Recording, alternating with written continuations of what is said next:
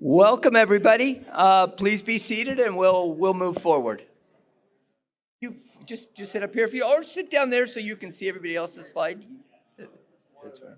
Yep, absolutely.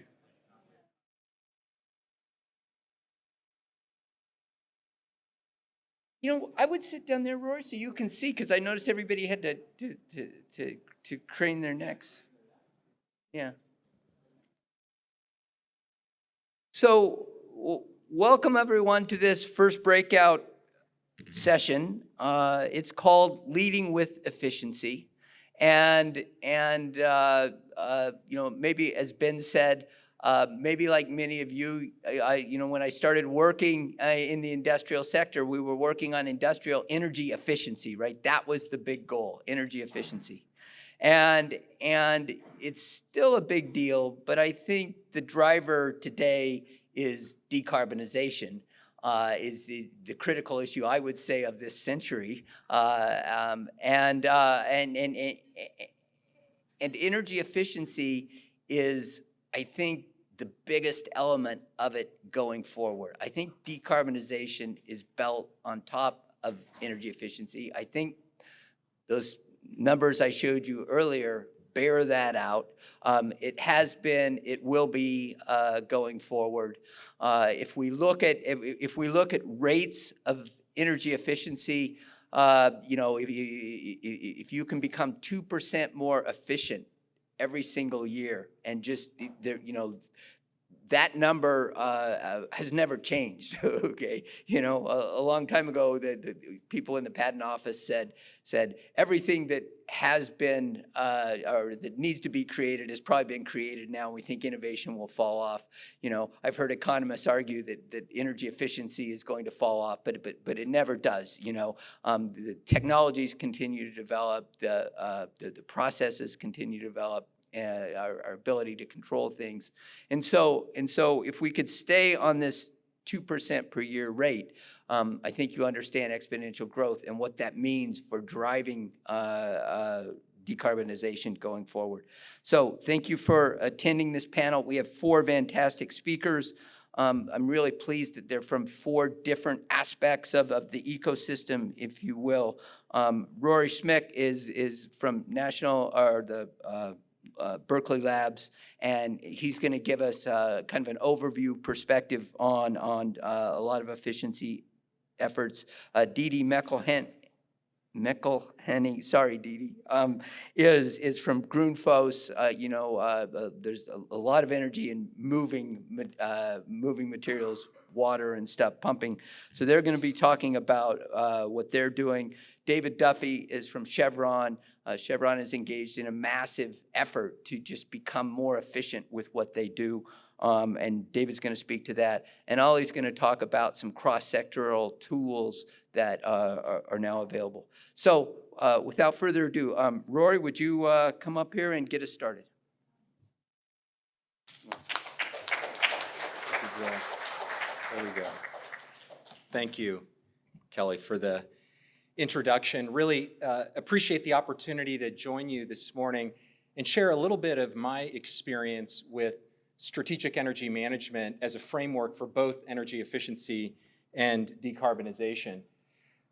If there are just 3 things that you come away with from my comments today, it should be these. First, energy efficiency is the most cost-effective near-term decarbonization strategy. I think we saw that in Kelly's slides this morning. It's not a controversial statement, but I think something that bears repeating. Second, strategic energy management, or SEM, really accelerates energy efficiency within organizations. And third, strategic energy management, especially based on the global ISO 50001 standard, really is a well-positioned framework to help organizations both improve energy performance and achieve decarbonization goals. Now, as Kelly mentioned, I'm part of a team at Lawrence Berkeley National Lab that supports the U.S. Department of Energy's 50001 ready energy management programs. But my SEM journey actually started here just over 2 decades ago when I was hired by a food processing company outside of Portland, Oregon, to design and deploy their first comprehensive sustainability program. Now, this was still, very early days in corporate social responsibility when organizations were just beginning to explore how best to integrate and optimize the social, environmental, and economic performance within their business. To paint the picture, at the time, we were about a $250 million company. We were an ultra-high temperature processor of aseptically packaged soups, broths, and non-dairy beverages. So you think the little shelf-stable cartons on the grocery store shelf.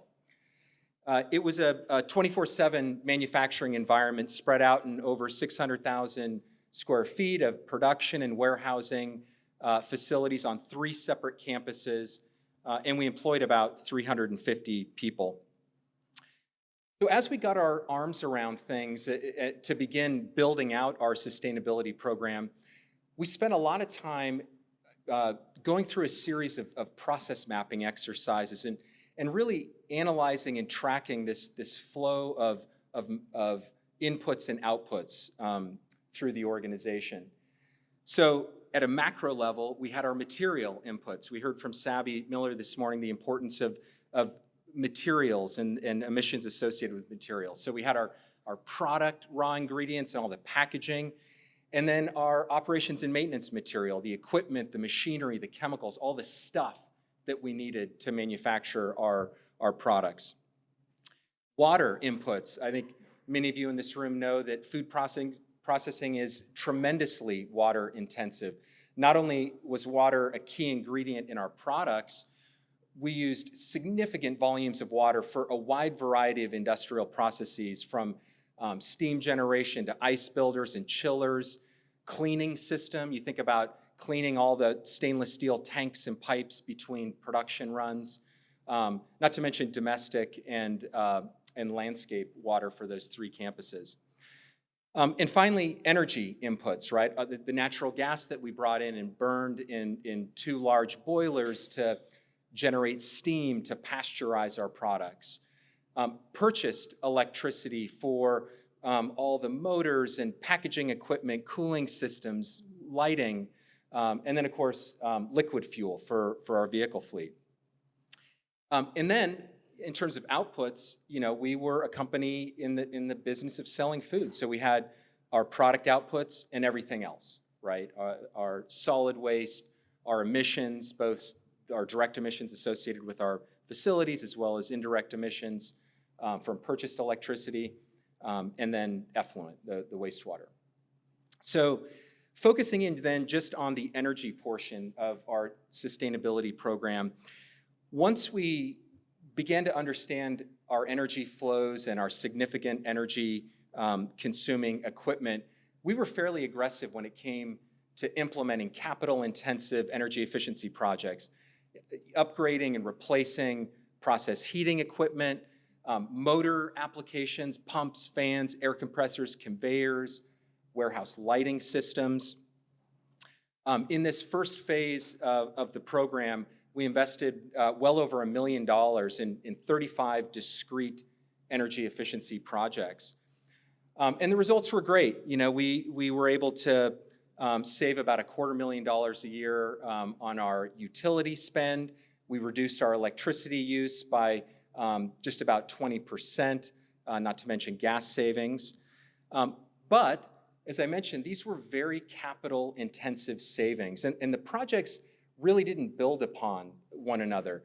We found ourselves in kind of a 2 steps forward, 1 step back situation where we were chasing projects in every different direction with no real long-term plan or sense of prioritization. So we were cautiously optimistic when we were approached by our utility to participate in one of their pilot strategic energy management programs. In that first year of that engagement, with the help of an energy coach, we really firmed up and formalized an energy management plan and program for the organization, including an energy policy with goals and targets.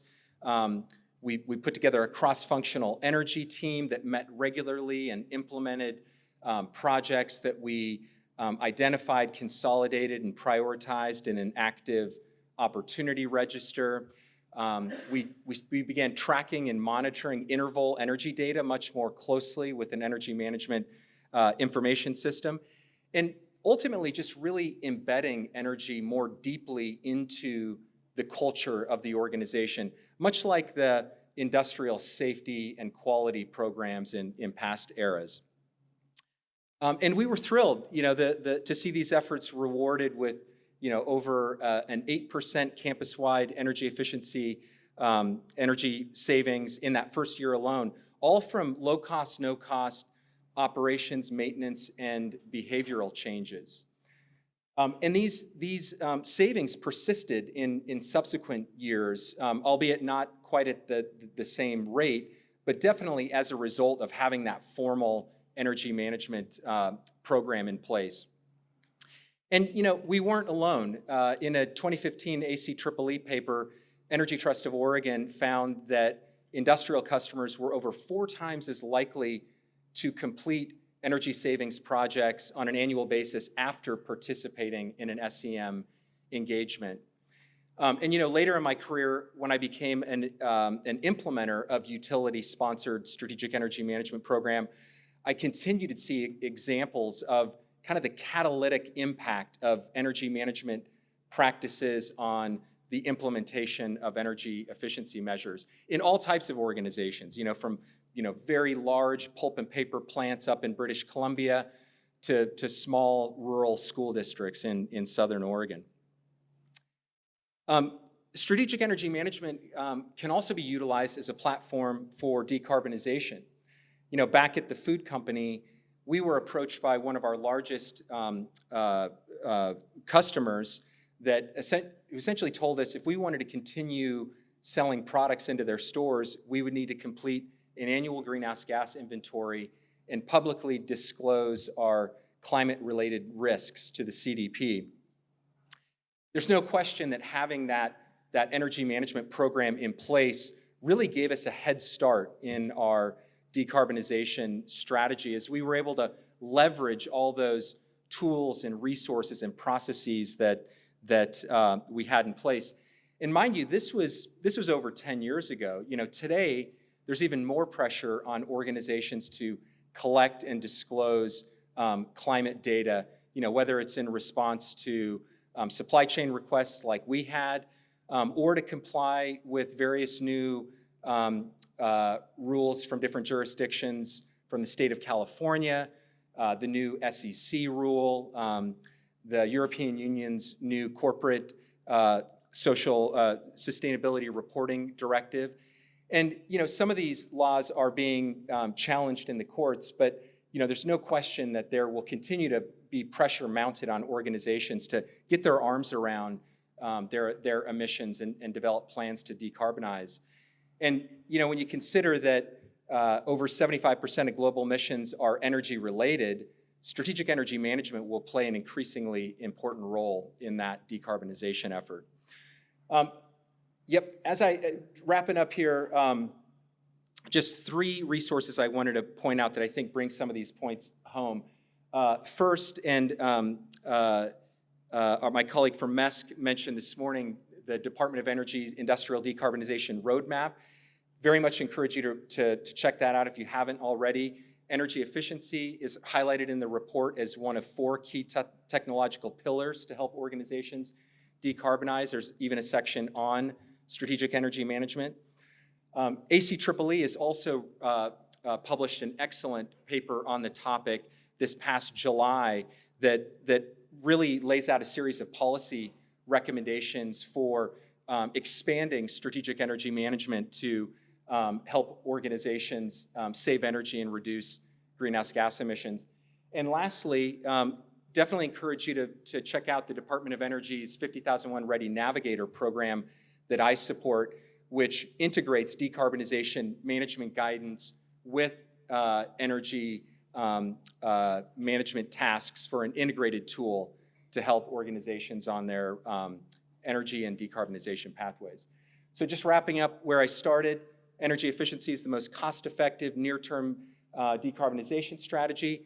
strategic energy management accelerates energy efficiency, and 50,001-based strategic energy management helps organizations both with energy performance and decarbonization goals. Thank you.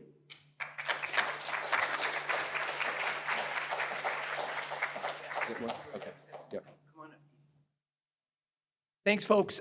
You know, to give our speakers as much time as possible, I'm going to ask that we hold questions till the end and use our networking time going forward. So, Dede, please. Thank you.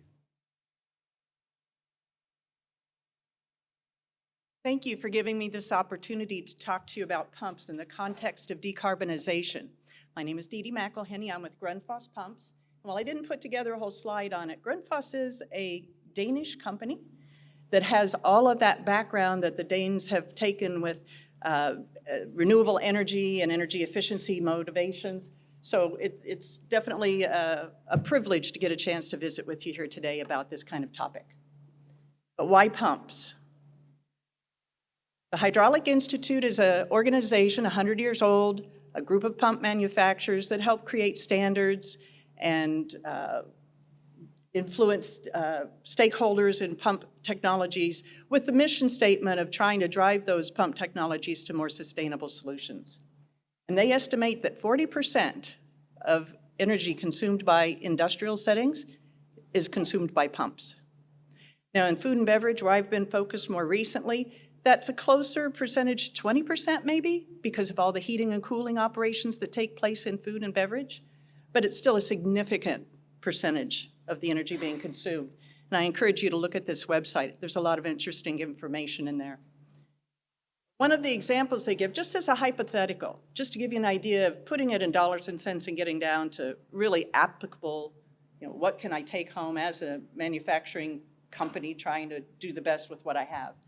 Well, if you have only 40 pumps, only 40 pumps, not very many in a plant actually, and only 15 horsepower apiece, and we take those from an energy efficiency rating of 10 to an energy efficiency rating of 50, that gains us 1.3 kilowatt hours, 1.3 million kilowatt hours per year. Now that energy efficiency rating, you are all probably more expert at this than I am, but it's a relative measure of what's the minimal acceptable efficiency level allowed by the Department of Energy to what you're producing with your equipment there. And 10%, that's not bad, but 50%, that's when you integrate more control, you have a little better hydraulics maybe in the pumping, and that converts at 9 cents a kilowatt hour, and I know California is higher from what I've saw earlier, 117,000 annual savings. And if you translate that into the 11-year lifespan, service life of a pump, a typical pump, in less than a year. Sorry, I'm walking away from the mic. But it's not just energy saving. Talking about companies that have strategic-based targets like Grundfos that are looking to do partnerships with other companies that have those similar kind of targets. Whole markets developed around energy efficiency and production of their items being more sustainable. Investors looking for green investments. And don't kid yourself, the customers, and this is where I get very, very excited about being part of that groundwork that's being done to drive energy efficiency. The craft brewing industry is so strongly affected by sustainability messaging that I read a Bluefield research paper just the other day that said that the consumer buying craft brews is actually basing their decision on how sustainable or what they perceive how sustainable that product is being produced. All of that said, smart is the new green. So what is a smart pump?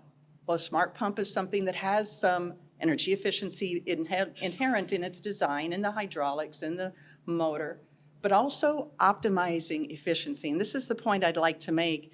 While there's a lot of opportunity to standardize on drives across the plant, that drive may not have information in its algorithms, right, in the way it's set up, that actually takes advantage of what a pump manufacturer or a fan manufacturer, whatever, might know about their own product. And that's where Grundfos has stepped up and integrated some of the control technology that's specific on pumping applications. So having a pump curve, for example, built into the drive and the intelligence within that drive allows it to operate even more efficiently, squeezing out even more energy efficiency out of that control. Having a nice user interface makes it easy. It's possible to buy these kinds of devices, and I'm sure there's others like them out there. We do have competition that has stepped up and built some things. We like to think we've done a little better job of integrating intelligence into it, more pump technology into the background, into the algorithms of the programming. But that interface makes it possible to buy the pump with the motor and the controller and the variable frequency drive in that controller to give it that energy efficiency, have a sensor built right into the pump, and all you have to set on the interface is the set point setting of that pressure you want to achieve, assuming it's constant pressure. The fact that it's designed and manufactured by a single manufacturer is a bonus. We like to know where our equipment's coming from and that it's designed to work together. And if there's an issue, you know where to go. But also it's available up to 30 horsepower, and a lot of pumps fall in that category. At the heart of that control and that motor, that MLE motor, we have permanent magnet technology. So what you're seeing here is a chart depicting horsepower on the horizontal axis and efficiency on the vertical axis. And what you see in the gray bars, that's the level of efficiency achieved by a premium efficient motor. And I'll let you know that plants I've toured, most of them don't have premium efficient motors. But by integrating that permanent magnet technology, you gain an additional 5 to 10% above premium efficient. And who knows how much above standard efficiency. So you immediately gain just by switching out the motors without using any of the control features and the additional intelligence built in, you gain that energy efficiency. It's huge. Of course, that's up to and including 30 horsepower as of this year. But it's not just the more efficient motor. You have the opportunity for pre-programmed, specifically pumping application-based programming. So you can maintain constant pressure, like I said, with just a pressure transmitter, very easy to set up. But you can have constant temperature, constant flow if you're doing filtration operations, constant level if you're filling a boiler or empty and filling tanks. And all of that can be done just with the selection through a very short startup wizard of about 17 steps. So again, we like to standardize on a standard drive across the organization, across the plant. But it makes sense to have that control that's built around the operation that's being performed by that piece of equipment. And additional features can be built in, like proportional pressure. And that makes a difference because when you're using a shower, for example, I'm sure most of us took a shower this morning, and you want that pressure at the point of use, but you can't have a pressure sensor at every point of use. So you have a pumping system with a pressure sensor somewhere in that pipework, and there's an additional amount of pipework that goes beyond that. Well, because we know it's a pressure system, we understand and have built into the algorithms of that programming that there's an increase in pressure drop from the sensor out to the point of use as the volume flow increases. Adapt that pressure setting, even though we want to maintain constant pressure, but adapt it so that it adjusts and maintains constant pressure where you're using it.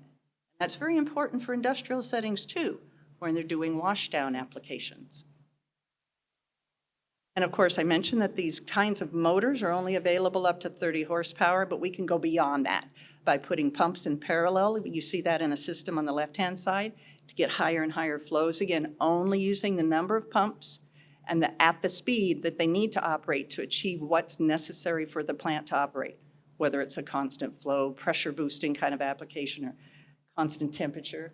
But even more important is, again, because it's specific around pumping and it has the pump curves built in based on the family of pump that motor's connected to, it can actually determine if operating with 3 pumps operating at a slower speed is more efficient than operating with 2 pumps at a higher speed and squeezing out that additional energy efficiency.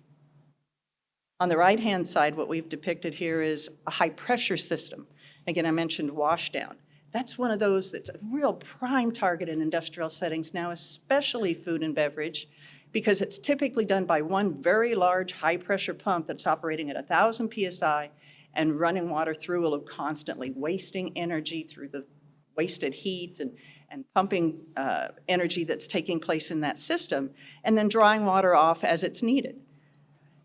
In the case of this kind of system, a small jockey pump is how we term it, is available that can achieve 600 to 700 PSI, which, by the way, we've learned is optimal for those kind of cleaning operations in most facilities, and use only the one pump. And then, as more and more flow is required, and think of this, again, as multiple hoses coming off of the same line. As more and more flow is required, you can still maintain that same pressure by having the larger pump set kick in, which is, again, a two-pump system to achieve a high pressure of up to about 700 PSI. So only use the energy needed for the operation being performed at that time and not wasting that energy with a circulating loop. And we do have the ability to have a standalone drive with that pump technology built into it that's removed from the motor, but still gives you that opportunity to capitalize on optimizing pumping operations with pump-specific pre-programmed control modes, constant pressure, constant flow, but have that between, or all, up to and including 300 horsepower available to us. So the intelligent solution is to come up with a very energy-efficient motor, apply a variable frequency drive with control that's specific for the application that you're using. Have any number of sensors and switches available to give it information from outside the pump system to give you what you need, and then be able to transmit information out of the pumping system as things develop and achieve staggering energy efficiencies. And what you see in the center line there, that bar of flow operating hours, that's what we see as a typical load profile, we term it, in a building. Pressure boosting, temperature control. Same can be said, there's a similar load profile kind of concept available in industrial settings. It will vary depending on what's occurring in that industrial setting. But suffice it to say that by taking advantage of constant pressure, with that load profile as opposed to a constant speed pump, you can save an additional 27% in energy savings. Huge. And that's on top of what you already gained with that motor efficiency gain. So intelligent variable pumping with speed control, on demand, intelligence built right in, adaptable to change, can assess and adjust and report and receive information, and have some safety features built in like temperature, pressure, vibration, and voltage hazard detection and reporting, and be able to communicate that with not just sensor inputs, but even bus protocol. This example, you think about a light bulb and how we are accustomed to changing out light bulbs for energy efficiency. We really do need to start thinking about pumps and fans in a similar way. Just by swapping out the motors in a plant, 199 motors on pumps in that scenario saved 8 million kilowatt hour per year and paid for itself in less than 3 years, and that was a big investment. But even with just a boiler feed system, which is common to almost every industrial setting, swapping out the boiler feed pumps with something more efficient pays for itself in less than 2 years, and you get a more reliable, more controllable, and in most cases easier to maintain because it's more modern technology, the way the pumps are designed. It just makes sense. It just makes sense. Thank you. And that was well thought out. Ollie, you're next. Oh, there you go. Thank you, Kelly, for the opportunity to present the decarbonization toolkit that we've been developing for the Department of Energy's Industrial Assessment Centers. My name is Ali, and I'll be presenting this decarbonization toolkit that we've been developing with an incredible team of researchers from Lawrence Berkeley National Lab and University of California, Davis. Let's start with the motivation on why we need to talk about this. So industrial decarbonization industry, every one out of 3 tons of metric tons of carbon dioxide that is emitted in the US, almost that is coming from industry. And we need to decarbonize this sector. And we only have 26 years to get to the 2050 net zero emissions goal.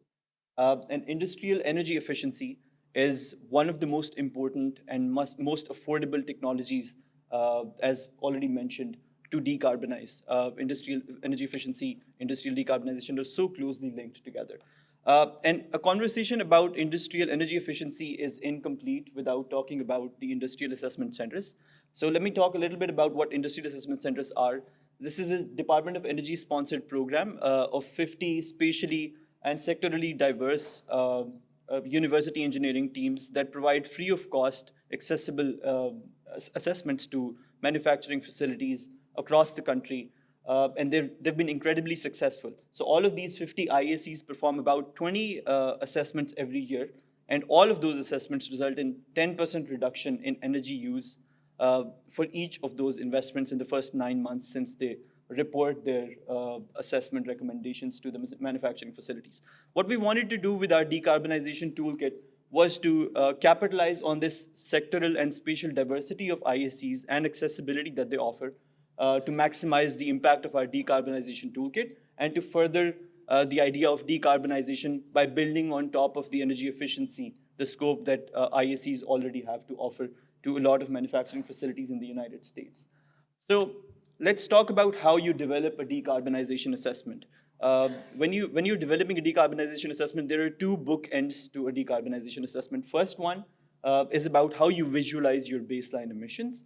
And in order to do that, we've developed this tool called Facility Carbon Dioxide Equivalent Flow Tool. What this tool does is it develops a Sankey diagram that breaks down the total carbon dioxide equivalent emissions of a facility into Scope 1, Scope 2, and Scope 3, so that the manufacturing facilities and manufacturing facility managers, operators, are able to see where their emissions are coming from, how much of the Scope 1 emissions do they have, and how much of Scope 2 emissions. And as per their reporting requirements, they can plan to address each of these scopes of emissions. And on the other book end, we have a techno-economic analysis and reporting tool, which is, David set it up really quickly, really well, that this is basically a marginal abatement cost curve. We call it levelized cost of avoided carbon dioxide curve. And what we're trying to do with this, we're trying to communicate an information-dense techno-economic comparison of decarbonization measures that an IEC would be recommending through its assessment recommendations in a single image. We'll be talking more about it when I go over to the description of this particular tool. And then we have some specific tools that look at the decarbonization through process optimization. In this aspect, we have the pinch process integration tool that looks at the thermal energy streams at a particular facility and tries to identify opportunities for heat exchange and identify source and sink for industrial heat pump installation. And on the other end, we have decarbonization through load management. And here we have the tool called Electric Load Planning Tool. This tool looks at the opportunities that an industry has to switch load from carbon-intensive grid periods into the renewable intensive or renewable rich grid periods to see how much decarbonization potential this particular intervention would have and what would be the cost implications of that. Let's talk about these tools individually, starting with Facility Carbon Dioxide Equivalent Flow Tool. This tool is live on the industrialdecarb.lbl.gov. Anyone can access this tool. This tool churns out this image, this Sankey diagram. You can see it's breaking down the total emissions into energy, process, and fugitive emissions. Within energy, then we have Scope 1, fuel emissions, and then Scope 2, electricity-related emissions, and process and fugitive correspond to Scope 3 emissions. All users have to do is to input the energy use of a facility, and on the basis of that energy use, and the energy source that energy use corresponds to, our tool develops this Sankey diagram by calculating the emissions corresponding to that particular energy use. This is the website. Once you click this link or go to industrialdecarb.lbl.gov, this page will be welcoming you. And over here, you can see the Facility Carbon Dioxide Equivalent Flow Tool. You can click here to download the user guide on how to use this particular tool that we've developed. And you can click here to go to the GitHub repository to access the source code and download it and run in R yourself. Without that, even if you go to our website and use this tool by clicking this button and uploading your file, just rest assured that the data that you upload is completely private. The code is just supposed to take in the information that you upload and create a Sankey diagram out of it. And once you refresh the page, that data is gone. So it's completely private. Neither the developers nor the Department of Energy can access it. Let's see what happens when you click this Tool 1 Facility Carbon Flow Tool button. It takes you to the tool dashboard. And on the tool dashboard, you can click here to download the sample input sheet. You can just completely remove the entries that are there just for demonstration purposes and enter your own inputs. And then you can also click here to download the tool documentation, again, from the tool dashboard. Once you download the input sheet, you're welcomed by two key inputs. One is you have to specify emissions factor for electricity, because electricity emissions factor spatially varies and varies from utility to utility as well. And then for the site-specific, facility-specific inputs in terms of energy, you identify, you specify the emission source, emission category, energy source, units, and annual consumption. And on the basis of this annual consumption and these units that you specify and the energy source that you specify, it calculates the emissions based on your inputs. And you can also specify fugitive or process emissions in this cell, which is going to be there once you download the sample input sheet. Let's talk about the second tool that we've developed. This is called the Pinch Process Integration Tool. This tool is very interesting as it has a scope way beyond just heat exchange. Starting with this output image, you can see that this image shows two types of streams. On the vertical axis, you have temperature. On the horizontal axis, you have heat. And the two streams highlighted in blue and red are respectively the streams that need cooling in blue and then streams that need heating in red. So what this tool does is it identifies the thermodynamically feasible heat exchange possible based on the pinch temperature that you specify. We've specified 10°F pinch temperature, but in your analysis, you can choose a different pinch temperature. So this is the thermodynamically feasible heat exchange possible in this particular model dairy facility that we've added as a sample. So total heat exchange that's possible thermodynamically is 7.4 million BTU per hour. Another interesting thing that this tool does is it identifies the source, heat source or thermal source for industrial heat pump installation. So we have ample heat being discarded by the processes that need cooling, that can be lifted by an industrial heat pump to be delivered to the processes that need heating as heat pumps sink over to the right. So you can see that in this particular instance, the source heat is much more compared to the sink heat that you require. So this particular figure shows that installation of a heat pump is going to be feasible. Next up is the electric load planning tool. There are three output images that this generates. First one is load profile selection. So it models the modified load versus original load. In red, you can see the original load and how you can see the load is being shifted from carbon intensive or peaker plant times to renewable intensive time to see the impact of this particular intervention in terms of carbon dioxide emissions, which is the second image. It shows you the CO2 reduction impact. And finally, the baseline versus modified costs. In this particular instance, you can see that the modified costs are higher because of increased demand charges in the area that we modeled this particular facility. Next up is the levelized cost of avoided carbon dioxide. This tool is particularly my favorite. And David did a great job on introducing marginal abatement cost curve. What we're doing with this particular tool is we're making it accessible and we're giving access to everyone, all the facilities on their own as well as through the IACs to this information-dense way of categorizing decarbonization assessment recommendations based on their techno-economic performance. On the vertical axis, you see levelized cost of avoided carbon in dollars per metric ton of CO2 avoided. And on the horizontal axis, you see the carbon dioxide equivalent emissions of that particular facility. Width of the bar suggests the amount of carbon that particular measure is abating. And you can see that energy efficiency, process integration, which is the pinch analysis thing that I talked about, and on-site solar are giving savings, are resulting net savings in terms of carbon abatement, and then heat pumps and electric boilers are net positive. It also gives you annualized expenditures, average cost, total avoided cost, and the total plant CO2 to see how much you're missing out on in terms of decarbonization. With this particular tool, again, you go to this website. You can click here to download user manual. You can click here to access GitHub repository for this particular tool and access the dashboard here, where you can download the input sheet, tool documentation, and upload your file, which is going to be private, and no one is going to see that.